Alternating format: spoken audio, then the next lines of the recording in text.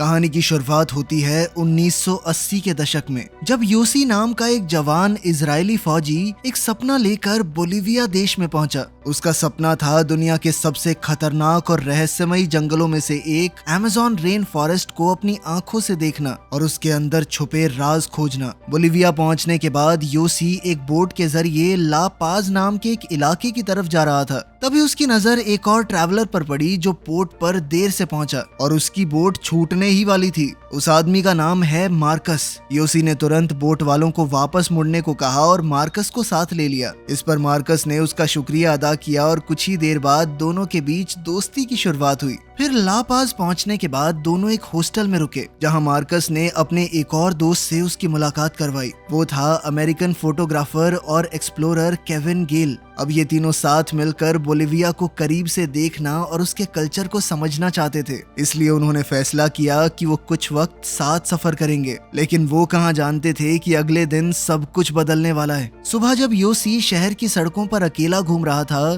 तब एक अजीब और रहस्यमयी आदमी उसके पास आया। उसने अपना नाम काल बताया और खुद को एक एक्सप्लोरर कहा। काल ने तुरंत समझ लिया कि योसी बाहर से आया है, इसीलिए उसने उसके सामने एक ऐसा ऑफर रखा जिसने योसी की आंखों में चमक भर दी। काल ने बताया कि अमेज़न के गहरे जंगलों के बीच एक रहस्यमयी ट्राइब रहती है जिसे टोरमोनास के नाम से जाना जाता है। उसके मुताबिक उस ट्राइब तक आज तक कोई एक्सप्लोरर नहीं पहुंच पाया। योसी ये कहानी सुनकर बहुत ज्यादा एक्साइटेड हो गया और उसने तुरंत मार्कस और केविन को बुलाया और उनकी मुलाकात काल से करवाई। लेकिन मार्कस और केविन को काल की बात पर ज्यादा भरोसा नहीं था। उन्हें लग रहा था कि शायद ये सिर्फ एक कहानी है। तब काल ने उन्हें और ललचाते हुए कहा कि अगर तुम उस ट्राइब तक पहुंच गए तो ये खोज तुम्हें दुनिया भर में मशहूर कर सकती है। शोहरत और नाम के साथ साथ उन्हें बेशुमार दौलत भी मिल सकती है। मार्कस और केविन अब भी पूरी तरह राजी नहीं हुए थे, लेकिन योसी के बार बार मनाने पर आखिरकार तीनों इस खतरनाक मिशन का हिस्सा बनने के लिए तैयार हो गए।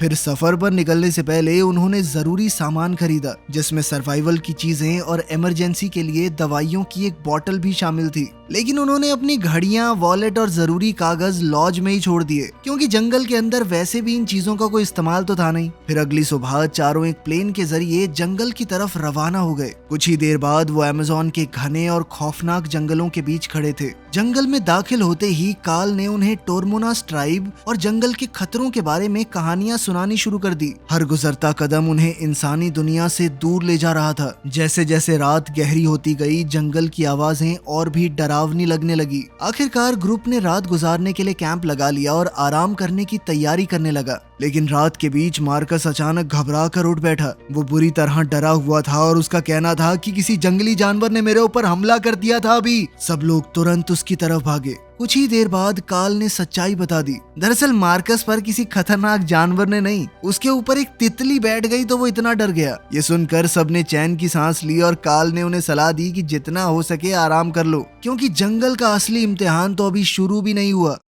अगली सुबह बाकी सब ने मार्कस का उस तितली वाली बात पर बहुत मजाक उड़ाया, लेकिन उनका ये हंसी मजाक ज्यादा देर तक टिका नहीं, क्योंकि कुछ ही देर बाद आसमान में काले बादल छा गए और फिर अचानक से बहुत तेज बारिश होने लगी। रात होते होते सबके कपड़े बारिश में पूरी तरह भीग चुके थे। मजबूरन उन्हें अपने कपड़े आग के पास सुखाने के लिए रखने पड़े। खुशकिस्मती से काल को जंगल में जिंदा रहने के तरीकों की काफी अच्छी समझ थी, लेकिन मार्कस तो वैसे ही सफर पे आना नहीं चाहता था। बेचारे ने पीयर प्रेशर में हाँ की थी। अब वो घंटों तक लगातार चल रहे थे तो वो हर छोटी बड़ी बात पर शिकायत कर रहा था। धीरे धीरे उसकी ये आदत दोस्तों के बीच में तनाव पैदा करने लगी और ग्रुप का माहौल थोड़ा खराब हो गया। फिर एक वक्त ऐसा आया जब काल अचानक जंगल के बीचों बीच कहीं गायब हो गया। ये देखकर मार्कस बहुत घबरा गया। उसे लगा कि काल उन सबको जंगल के बीच में अकेला छोड़ के भाग गया है। इस बात को लेकर तीनों के बीच में बहस शुरू हो गई। लेकिन तभी घने जंगल के अंदर से किसी चीज के हिलने की आवाज सुनाई दी। सबको लगा कि शायद कोई खतरनाक जंगली जानवर उनकी तरफ बढ़ रहा है। डर के मारे वो वहाँ से भागने ही वाले थे कि कुछ ही पल बाद सच सामने आ गया। दरअसल वो कोई शिकारी जानवर नहीं, बल्कि एक लोकल आदमी था जो अपनी गाय को वापस गांव ले जा रहा था। उस आदमी ने तीनों को सही रास्ता दिखाया और आखिरकार वो काल तक पहुंच गए, जो गांव के बाहर उनका इंतजार कर रहा था। फिर गांव के लोगों ने उनका बहुत खुशी के साथ स्वागत किया। धीरे धीरे उन्होंने मेहमानों को अपना जीने का तरीका दिखाया। साथ ही उन्होंने अपनी खाने पीने की लोकल चीजें भी उन्हें दी। अगली सुबह योसी, मार्कस और केविन ने गांव वालों को अलविदा कहा और काल के साथ दोबारा जंगल की गहराइयों की तरफ निकल पड़े। गांव में बिताए हुए वक्त ने उन्हें नई ताकत दी थी।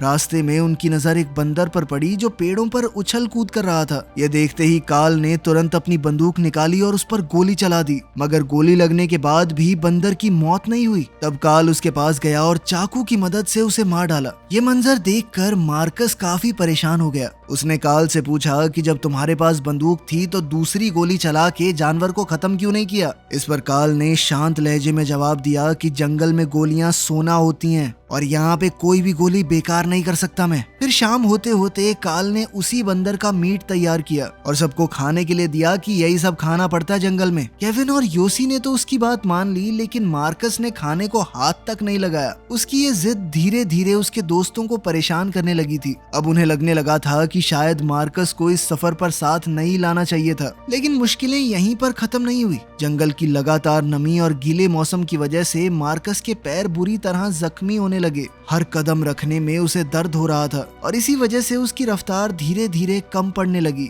मार्कस के पांव की हालत देखकर काल को एहसास हो गया कि मामला उसकी सोच से कहीं ज्यादा गंभीर है। अब उन्हें उसे वापस गांव ले जाना ही पड़ेगा। योसी और केविन ने कहा कि अगर हम थोड़ा सामान छोड़ दें तो हम मार्कस को उठाकर ले जा सकते हैं, लेकिन काल ने तुरंत इस बात से इनकार कर दिया। उसका कहना था कि इतनी मेहनत के बाद सब लोग बुरी तरह थक जाएंगे और इस जंगल के जानवरों के लिए सबसे आसान शिकार बन जाएंगे हम। ये बात सुनकर योसी का गुस्सा फूट पड़ा। इतनी दूर सफर करने के बाद वो बिना अपना मकसद पूरा किए वापस लौटना नहीं चाहता था। इसी तनाव भरी बहस के बीच केविन ने एक नया आइडिया दिया। उसने कहा कि अगर वो एक राफ्ट बनाकर नदी के रास्ते सफर करें तो जंगल को पार करते हुए एयरपोर्ट के सबसे नजदीकी इलाके तक पहुंच सकते थे, और अगर किस्मत ने साथ दिया तो रास्ते में टोरमोनास ट्राइब का इलाका भी मिल सकता है। इस तरह मार्कस को भी सुरक्षित तरीके से शहर भेजा जा सकेगा। काल को ये प्लान कुछ खास पसंद तो नहीं आया, लेकिन आखिरकार उसने भी हाँ कर दी। इसके बाद चारों ने मिलकर पेड़ों के तने इकट्ठे करने शुरू कर दिए और कुछ घंटों की मेहनत के बाद एक मजबूत राफ्ट तैयार कर लिया। साथ ही उन्होंने उसे चलाने के लिए 4 चप्पू भी बना लिए। सब कुछ तैयार होते ही उनका सफर नदी के रास्ते शुरू हुआ। शुरुआत में सब कुछ ठीक चल रहा था।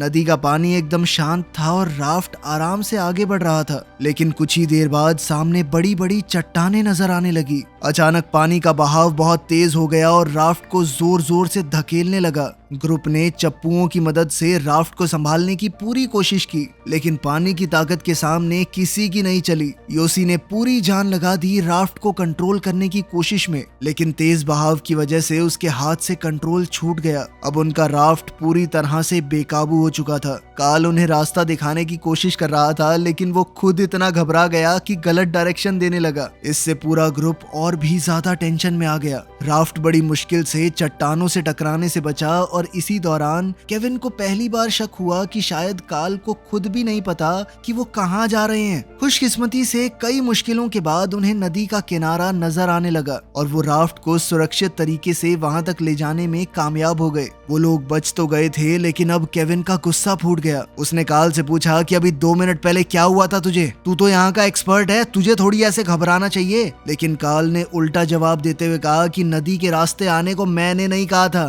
तुम्हारा आइडिया था ये, ठीक है? अगर तुम लोग मेरी बात मान के वापस पैदल गांव चल पड़ते तो इतना कभी खतरा होता ही ना हमारे ऊपर। आखिरकार काल ने उन्हें चेतावनी दी कि अगर जिंदा बचना है तो मेरी बात माननी पड़ेगी यहाँ पे। इतना कहकर वो खाने की तलाश में जंगल के अंदर चला गया, लेकिन केविन को अब भी उस पर यकीन नहीं था। उसका कहना था कि काल की घबराहट की वजह कुछ और थी। मुझे तो लगता है इसे तैरना नहीं आता। ये बात सुनकर सबके दिमाग में सवाल उठने लगे कि शायद ये जो बोल रहा है वो ये नहीं है। आखिरकार योसी ने खुद सच जानने का फैसला कर लिया और काल के पीछे जंगल के अंदर चला गया। वो उसे आवाज लगाता हुआ आगे बढ़ रहा था कि तभी अचानक गोली चलने की आवाज गूंज उठी। खुशकिस्मती से योसी वक्त रहते झुक गया और गोली उसके पास से निकल गई। जब उसने सामने देखा तो काल अपनी राइफल उसी पर ताने खड़ा था। काल ने तुरंत सफाई दी कि मैंने तुम्हारे ऊपर नहीं बल्कि तुम्हारे पीछे से एक जैगवार आ रहा था, उसके ऊपर गोली चलाई थी। इतना कहकर वो उस जानवर के पीछे जंगल में दौड़ पड़ा। लेकिन इस घटना के बाद योसी के दिल में काल को लेकर शक और भी बढ़ गया।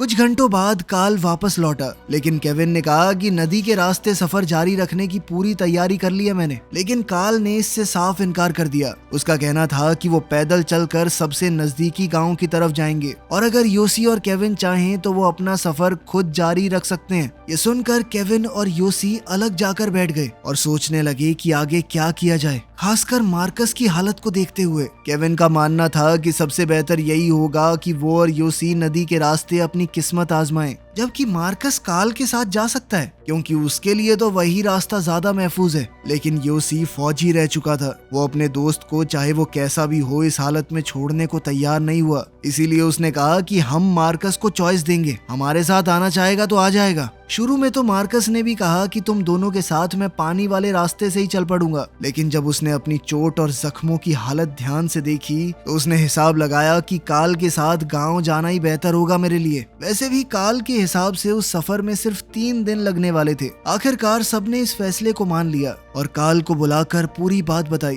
कार्ल इसके लिए मान गया, लेकिन केविन को एक जरूरी चेतावनी भी दी। उसने कहा कि नदी में हमेशा दाईं तरफ बने रहना, अगर गलती से भी दूसरी तरफ गए तो बहुत खतरनाक जगह पे फंस जाओगे। वहाँ पानी इतना तेज बहता है कि बचकर निकलना नामुमकिन है। सब कुछ समझाने के बाद कार्ल ने केविन के साथ अपने पुराने मतभेद भुला दिए और कहा कि उम्मीद करता हूँ जो ढूंढने हम आए हैं वो तुम्हें मिल जाए। साथ ही उसने अपनी मशेटे भी उन्हें दे दी ताकि जरूरत पड़ने पर वो उसका इस्तेमाल कर सकें। आखिर में मार्कस ने अपने दोनों दोस्तों को अलविदा कहा। तब योसी ने उससे वादा किया कि जब वो दोबारा मिलेंगे तो एक बड़ी दावत करेंगे। मार्कस ने भी मुस्कुराते हुए अपने दोस्तों को अलविदा कहा। इसके बाद योसी और केविन ने अपनी राफ्ट तैयार की और नदी के रास्ते सफर पर निकल पड़े। शुरुआत में कुछ छोटी मोटी परेशानियां जरूर आई, लेकिन दोनों ने मिलकर उनका सामना किया और सफर आगे बढ़ता रहा। साथ ही दोनों को उम्मीद थी कि मार्कस और कार्ल भी ठीक हों। कुछ देर बाद केविन ने योसी को थोड़ी देर आराम करने को कहा और खुद राफ्ट को संभाला, लेकिन इसी दौरान उसकी नजर सामने मौजूद बहुत बड़े खतरे पर बाद में पड़ी।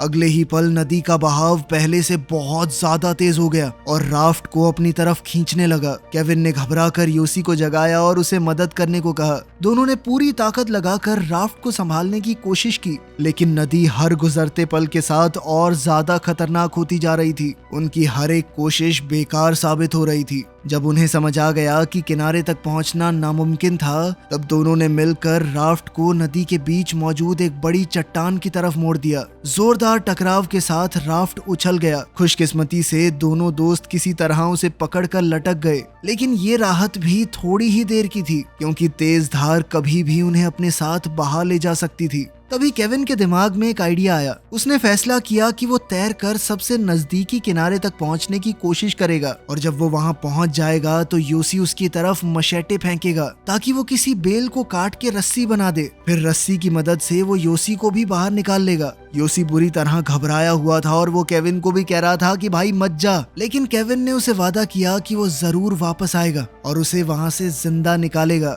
इतना कहकर केविन ने पानी में छलांग लगा दी। तेज धार से लड़ते हुए वो किसी तरह किनारे तक पहुंचने में कामयाब भी हो गया। इस बार बारी योसी की थी। उसने मशेटे केविन की तरफ फेंकने की कोशिश की, लेकिन उसी पल राफ्ट चट्टान से छूट गई और तेज धार ने उसे अपने साथ खींच लिया। योसी ने खुद को बचाने के लिए किसी चीज को पकड़ने की बहुत कोशिश की, लेकिन पानी का जोर इतना ज्यादा था कि वो उसे बार बार चट्टानों से टकराता हुआ ले गया। इसी दौरान एक बड़ी चट्टान उसके सर पर जा लगी। जोरदार चोट लगते ही उसकी आंखों के सामने अंधेरा छा गया। कुछ देर बाद जब उसकी आंखें दोबारा खुली तो उसे नदी का कम गहरा हिस्सा मिला और वो तैरता हुआ किसी तरह किनारे तक पहुंच गया। अब योसी पूरी तरह अकेला था। ना तो उसके पास उसका सामान था और ना ही कोई अंदाजा कि जाना कहाँ है। उसने जोर जोर से केविन को आवाज लगाई, लेकिन उसका दोस्त कहीं नजर नहीं आया। अपने मन में उम्मीद रखते हुए योसी एक पहाड़ी पर चढ़ गया ताकि आसपास का नजारा देख सके, लेकिन चारों तरफ सिर्फ घना जंगल था। ना कोई इंसान, ना कोई रास्ता और ना ही मदद की कोई उम्मीद। सबसे बुरी बात ये थी कि उसका सारा सामान भी नदी में बह चुका था।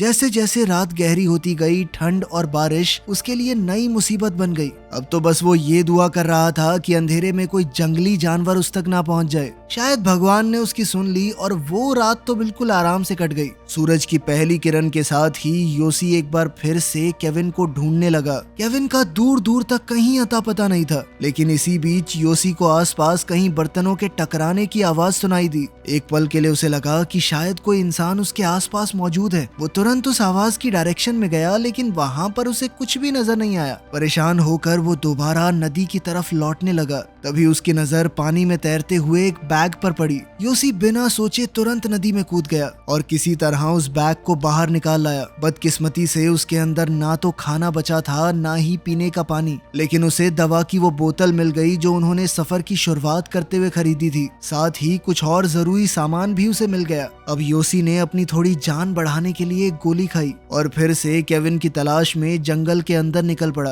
कई घंटे बीत गए, लेकिन घने जंगल में ना तो केविन मिला, ना ही बाकी खोया हुआ सामान। आखिरकार थक कर योसी नदी के किनारे बैठ गया। उसके दिमाग में बस एक ही सवाल घूम रहा था, क्या ये सफर शुरू करना वाकई में सही फैसला था? लेकिन अब पछताने का कोई फायदा नहीं है। उसके पास सिर्फ एक ही रास्ता था कि वो आगे बढ़ता रहे। इसलिए योसी ने अपने बैग से नक्शा निकाला और जंगल में अपनी सही जगह का हिसाब लगाने लगा। इसके बाद उसने एक तस्वीर बनाई और उसे अपनी जैकेट में रख लिया। फिर उसने वही तस्वीर एक चट्टान पर छोड़ दी, इस उम्मीद में कि अगर केविन वहां से गुजरा तो वो उस निशान की मदद से उस तक पहुंच सकेगा। जंगल में आज उसका छठा दिन शुरू हो चुका था। इसी दौरान उसकी नजर एक बड़े से पेड़ पर लगे हुए कुछ फलों पर गई। भूख से परेशान योसी तुरंत पेड़ पर चढ़ने लगा, लेकिन तभी उसकी नजर पड़ी पेड़ के तने में छुपे हुए एक जहरीले सांप पर। डर के मारे वो तुरंत नीचे कूद गया, लेकिन उसे जल्द ही समझ आ गया कि अगर उसे जिंदा बचना है तो हर हाल में लड़ना पड़ेगा। अपनी पूरी हिम्मत जोड़कर वो दोबारा पेड़ पर चढ़ा।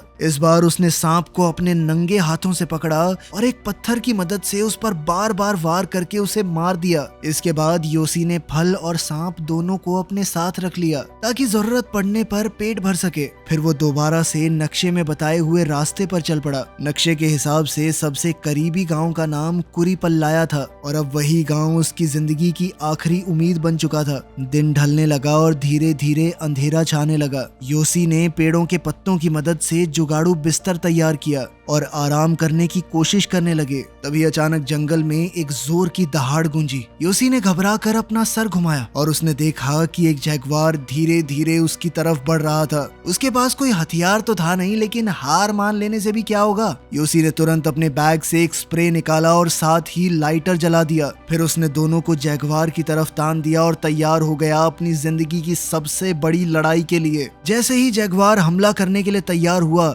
योसी ने तुरंत स्प्रे दबा दिया। अगले ही पल स्प्रे और लाइटर की मदद से आग भड़क उठी। इतना काफी था उस जैगुआर को डरा कर पीछे हटाने के लिए। वो भागकर फिर से अंधेरे जंगल में गायब हो गया। सुबह होने तक योसी जिंदा था, लेकिन जैसे ही उसने अपने सर पर लगी चोट को हाथ लगाया, उसे महसूस हुआ कि घाव के अंदर कुछ हिल रहा है। वो समझ गया कि नदी में लगी चोट के जरिए कोई पैरासाइट उसके शरीर के अंदर घुस चुका था। योसी ने तुरंत एक चिमटी निकाली और दर्द सहते हुए पैरासाइट को बाहर खींच लिया। कुछ देर बाद खून बहना रुक गया और अब वो दोबारा अपनी मंजिल की तरफ चल दिया। रास्ते में उसकी नजर एक घोंसले पर पड़ी जिसमें 2 अंडे रखे हुए थे। उसकी भूख अब हद पार कर चुकी थी, इसीलिए मजबूरन उसने एक अंडा तोड़ा और उसके अंदर मौजूद उस छोटे से परिंदे को खा गया जो अभी तक इस दुनिया में आया भी नहीं था। लेकिन उसकी मुश्किलें अभी खत्म नहीं हुई थी। आखिरकार एक थका हारा जख्मी योसी जब उस गांव तक पहुंचा तो उसके पैरों तले जमीन खिसक गई। वो गांव पूरी तरह सुनसान पड़ा था। गांव वाले कई दिन पहले ही उस जगह को छोड़कर जा चुके थे। इसका मतलब बिल्कुल साफ था, अब उसे अगले गांव तक का लंबा सफर तय करना पड़ेगा। लेकिन इससे पहले उसके लिए आग जलाना और अपने घावों का इलाज करना जरूरी था। जैसा कभी मार्कस के साथ हुआ था, वैसे ही जब योसी ने अपने जूते और मोजे उतारे तो उसके होश उड़ गए। उसके पैर बुरी तरह जख्मी हो चुके थे। हर कदम रखना उसके लिए एक सजा बन चुका था। उस पल योसी को मार्कस की याद आ गई। उसने धीरे से अपने दोस्त से माफी मांगी। उस वक्त वो उसके दर्द को समझ ही नहीं पाया। ऐसे ही एक और दिन बीत गया। योसी अब भी जंगल में भटक रहा था। तभी उसकी नजर कीचड़ में बने हुए कुछ पैरों के निशानों पर पड़ी। एक पल के लिए उसके दिल में उम्मीद जागी। शायद ये केविन के पैरों के निशान थे। लेकिन जब उसे अपने आसपास जमीन पर पड़े टूटे हुए अंडे दिखे तो सच्चाई उसके सामने आ गई। वो निशान किसी और के नहीं बल्कि उसके खुद के पैरों के थे। वो इतने दिनों से जंगल में गोल गोल घूम रहा है। ये एहसास उसकी बची खुची उम्मीद को भी तोड़ने लगा। लेकिन तभी उसे काल की बात याद आई। उसने कहा था कि अगर कभी रास्ता भटक जाओ तो नदी के दाएं किनारे को अपना सहारा बना लेना। बस फिर क्या था, जितनी ताकत उसके शरीर में बची थी उसने उसे इकट्ठा किया और नदी के सहारे आगे बढ़ने लगा। भूख, थकान और तेज बारिश उसके हर कदम को और मुश्किल बना रही थी, लेकिन रुक जाना अब मौत को बुलाने जैसा था। इसी बीच जिस गांव को वो ढूंढ रहा था उन गांव वालों को केविन मिल गया, जो एक झील के किनारे बेहोशी की हालत में पड़ा हुआ था। वो लोग उसे तुरंत गांव ले गए। होश में आते ही केविन सीधा पुलिस कैप्टन के पास पहुंचा और उससे अपने दोस्त योसी को ढूंढने में मदद मांगी। उसे पूरा यकीन था कि उसका दोस्त अब भी जिंदा है। कैप्टन ने हवाई तलाशी की इजाजत दे दी। कुछ ही देर बाद एक हेलीकॉप्टर जंगल के ऊपर चक्कर लगाने लगा, लेकिन जंगल इतना घना था कि हेलीकॉप्टर नीचे उड़ ही नहीं सकता। नीचे जमीन पर क्या था ये देख पाना लगभग नामुमकिन था। उसी दौरान योसी ने हवा में उड़ते हुए हेलीकॉप्टर की आवाज सुन ली। उसके अंदर उम्मीद की एक नई किरण जाग उठी। वो पूरी ताकत से चिल्लाते हुए मदद के लिए पुकारने लगा, लेकिन उसकी आवाज घने जंगल में ही खोकर रह गई। अब इस सफर को शुरू हुए पूरे 3 हफ्ते बीत चुके थे और पुलिस कैप्टन को लगने लगा कि शायद योसी को जिंदा ढूंढ पाना अब मुमकिन नहीं है। दूसरी तरफ केविन ने हार मानने से साफ इनकार कर दिया। उसने कैप्टन से कहा कि अगर तुम में से कोई मेरी मदद नहीं करेगा तो मैं अकेला जाऊंगा अपने दोस्त को ढूंढने। केविन की जिद देखकर कैप्टन ने आखिरकार गांव के एक गाइड का नाम बताया, ये कहते हुए कि शायद वो तुम्हारी मदद कर सकता है। केविन तुरंत उस आदमी के पास पहुंच गया, लेकिन गाइड ने उसकी बात सुनते ही मना कर दिया। उसका कहना था कि इतने दिनों तक जंगल में कोई भी इंसान जिंदा नहीं रह सकता। उसके मुताबिक योसी को ढूंढना सिर्फ वक्त बर्बाद करने जैसा है। लेकिन केविन हार मानने वालों में से नहीं था। उसने उस आदमी से कहा कि जितने पैसे चाहिए उतने दूंगा, बस मेरे साथ चल मेरे दोस्त को ढूंढने। उधर योसी की ताकत अब धीरे धीरे जवाब देने लगी थी। थकान और भूख ने उसके शरीर को पूरी तरह तोड़ दिया था। आखिरकार वो जंगल के बीच जमीन पर लेट गया। उसे समझ नहीं आ रहा था कि अब आगे क्या करे। तभी अचानक उसके कानों में एक छोटी लड़की के रोने की आवाज आई। योसी तुरंत उस आवाज की तरफ बढ़ा और कुछ दूर उसने एक डरी हुई आदिवासी लड़की को जंगल के बीच अकेले खड़े देखा। एक अनजान चेहरे को देखते ही वो घबरा गई और छुपने की कोशिश करने लगी, लेकिन योसी ने उसे यकीन दिलाया कि वो उसे कोई नुकसान नहीं पहुंचाएगा। उसने उससे मदद मांगी और उसे शांत करने की कोशिश करने लगा। सीधी सी बात थी कि वो दोनों ही एक दूसरे की भाषा समझ नहीं पा रहे थे, लेकिन फिर भी योसी ने पूरी कोशिश की कि वो लड़की को सेफ महसूस करवाए। धीरे धीरे लड़की ने भी उस पर भरोसा करना शुरू कर दिया। योसी ने उससे वादा किया कि जब तक हम गांव नहीं पहुंच जाते तब तक मैं तुम्हारी हिफाजत करूंगा। दिन बीतने लगे। योसी उसे खाना खाने के लिए मनाता रहा और रात के वक्त उसे अपने पास सोने के लिए बुलाया ताकि दोनों ठंड से बच सकें। लेकिन अगली सुबह जब योसी की आंख खुली तो उसके पैरों तले जमीन खिसक गई। वहाँ कोई भी नहीं था, ना कोई लड़की, ना उसके कदमों के निशान, ना ही उसकी कोई आवाज। तब योसी को एहसास हुआ कि इस पूरे वक्त वो अकेला था। वो आदिवासी लड़की असल में उसकी कल्पना थी। इस सच्चाई ने उसे अंदर तक तोड़ दिया। अब वो समझ चुका था कि उसका दिमाग हिल चुका है और शायद वो जिंदगी भर इसी जंगल में भटकता रह जाएगा। लेकिन भाई की परेशानियां यहाँ खत्म नहीं हुई। अगली सुबह उसके भ्रम और ज्यादा बढ़ने लगे। उसे महसूस होने लगा कि लोग उसके आसपास खड़े थे, उसे बधाई दे रहे थे, जैसे वो जंगल से बचकर निकल गया हो। इसी भ्रम में एक पल के लिए उसका ध्यान हटा और अगले ही पल उसका पैर फिसल गया, जिससे योसी सीधा दलदल में जा गिरा। कुछ ही सेकंडों में उसका शरीर धीरे धीरे नीचे धंसने लगा। उसने पूरी ताकत से किसी चीज को पकड़ने की कोशिश की, लेकिन हर सेकंड के साथ वो और गहराई में धंसता जा रहा था। मजबूरन उसे अपना सारा सामान छोड़ना पड़ा। इसी दौरान उसकी नजर दलदल में पड़ी एक पुरानी डायरी पर पड़ी। ये वही डायरी थी जिसे वो अपने दादा की याद में हमेशा साथ रखता था। उसके दादा एक वॉर हीरो थे और ये डायरी उनकी उसे दी हुई आखिरी निशानी थी। योसी ने उसे वापस पाने की कोशिश की, लेकिन हर हरकत के साथ उसकी ताकत खत्म होती जा रही थी। आखिरकार उसका शरीर जवाब दे गया और वो बेहोश हो गया। कई घंटों बाद जब योसी की आंख खुली तो उसने खुद को अब भी जिंदा पाया। ये एक तरह का चमत्कार ही था कि वो दलदल में पूरी तरह नहीं धंसा। अब एक बार फिर से उसके पास जिंदा रहने और लड़ने का एक मौका था। इसके बाद योसी की नजर एक टहनी पर पड़ी। उसने उसे मजबूती से पकड़ा और पूरी ताकत लगाकर धीरे धीरे दलदल से बाहर निकलने में कामयाब हो गया। हालांकि इस कोशिश में उसका सारा सामान पीछे ही छूट गया।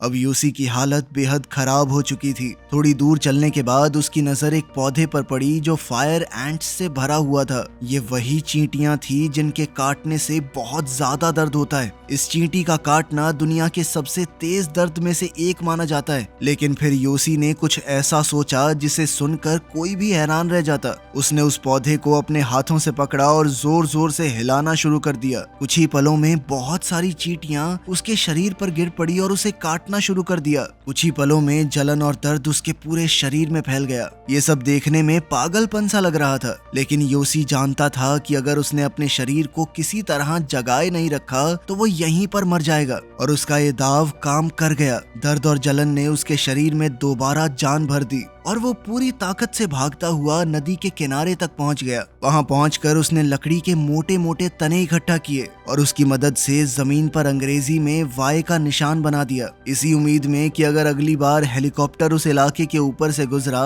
तो उसकी नजर इस निशान पर पड़ जाए और कोई उसे यहाँ पर ढूंढने आ जाए। फिर उस रात उसका सामना एक कछुए से हुआ। पहले तो उसने भूख के मारे एक पत्थर उठाया ताकि उसे मार कर खा सके, लेकिन अगले ही पल उसने अपना इरादा बदल लिया और उसकी जान बख्श दी। कुछ देर बाद उसकी नजर आसमान की तरफ गई। उसके सामने अनेकों तारे पूरे आसमान में चमक रहे थे और उनकी रोशनी ने जंगल को एक ऐसे नजारे में बदल दिया जो उसने अपनी जिंदगी में पहली बार देखा था। इतनी तकलीफ, भूख और तन्हाई के बाद भी योसी ने अपने हाथ फैला दिए और उस खूबसूरत मंजर को महसूस करने लगा। उस पल वो सिर्फ एक बात के लिए शुक्रगुजार था कि वो अब भी किसी तरह जिंदा है। उसे जंगल में आए हुए लगभग 1 महीना बीत चुका था और केविन अपने गाइड के साथ नदी के किनारे पहुंच चुका था, लेकिन चारों तरफ देखने के बाद भी योसी का कोई पता नहीं चला। गाइड ने अफसोस जताया और केविन को तसल्ली देते हुए कहा कि आपके दोस्त को ढूंढने के लिए हमने हर एक मुमकिन कोशिश कर ली है। आखिरकार दोनों वापस लौटने की तैयारी करने लगे,